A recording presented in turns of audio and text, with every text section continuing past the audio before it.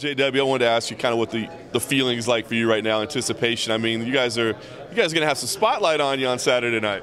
Man, I'm excited. Yeah, to go to the local Kansas City shows to, one of the biggest Bellator cards in history is definitely, it's a surreal feeling, man. I still hasn't sunk in yet. We'll see. I'm feeling good, man. Feeling normal. Doesn't really feel like anything special yet, but I'm sure when I see all them people, man, I get a little glamour, starstruck a little bit. What was it like when you got the call? I mean, did you realize what type of fight they were trying to put you in terms of not the opponent so much, but it's just like, the spot that it was going to be? Man, here's how it went down. I had a fight versus Michael Edwards in Kansas City Fight Alliance in Independence, Missouri. I went out there about 3 days before my fight. I got a call from the promoter, Joe Wooster, and he called me up and said, "Hey, you need to make sure you win this fight." And I said, "Well, I don't go in to lose, but he said, I sounded peculiar to me, and he says, just make sure you win. And, I was fighting catch weight with the Edwards, so I had to cut some weight, and he says, make sure you make weight and make sure you win. I was like, what's up, man? He says, Bellator wants you to fight Jack Swagger. And, did not hit. First, I thought it was the coolest name ever. But the last thing I thought was that I was going to be fighting a WWE guy, and that was the last thing. All I really saw. I mean, that was actually a text message when he informed me that, not a phone call. But what I saw when I read the text message was Bellator wants you to fight, and I was like, sign me up. I didn't care who the opponent was. I was ready to go. And then later, after I won the fight, 3 days later, I found out, I did some looking. I said, Jack Swagger from WWE. I was like, what? Oh yeah, and then right after I won the fight, I won by knockout. I walked out of the cage, and it was a tough fight. Walked out of the cage, and my manager hugged me, and he says, keep January 26th open. I was like, shut up. That's the Bader Fader card. He's like, yes, main card. I was like, woo. So, man, it still hasn't sunk in yet, man. So it's just, I'm soaking it up. It's feeling great. I wonder if you feel like, do you come in with almost a chip on your shoulder, right? Like, I mean, this is the guy, right? He's the star. You're the opponent, right? I mean, you're the opponent. So do you come in with a little like, oh, they think I'm a sucker or what? Absolutely. Man, I come into this, and, the story is Jack. We had a conference call media, where we were all on a conference call.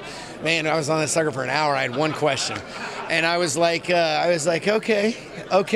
You know what? I mean, I don't think they are giving me enough respect, man. I've got 52 fights. I got 2 pro fights, man. But I worked for the railroad. I was on the road a lot, and I was smart enough to know not to go pro until I had the opportunity to train properly. A year ago, I left the railroad, and I got to just turn completely my life into MMA. I run a MMA promotion. I train. I have a gym. I was like, okay, I'm committing my life to MMA right here, right now.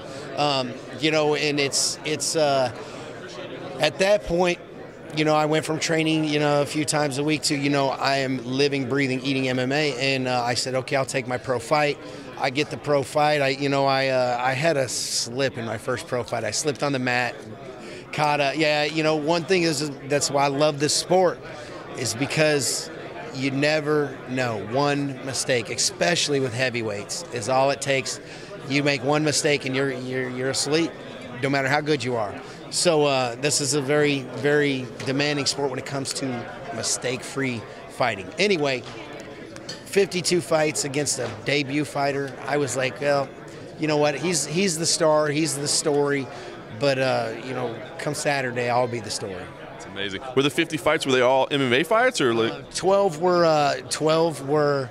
and this is going to be funny to you. Okay, so 12 were boxing in high school. And then one of those was a tag team MMA match. I tell you, I go back to the Wild West days, bro. A tag team MMA match. Only time I've been knocked out. Yes, they pulled a guy right out of the crowd. He had beer on his breath. Man, this is how far I go back.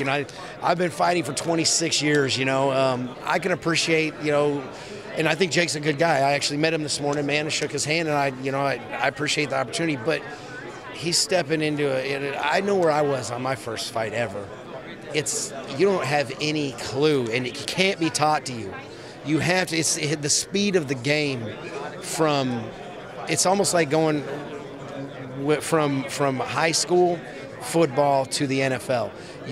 No matter how athletic you are, you're just not ready. You got to have that amateur step to feel that fight, get through those nerves, learn how to breathe in the cage. So I think that's a huge advantage. Vegas has me 25-1. So. Hey, Vegas odds makers, man, learn something about this game. We're going to see what happens. I guess, you probably weren't able to do any scouting on him, right? Because there's no tape. But I guess a guy with 50 fights, that probably doesn't bother you?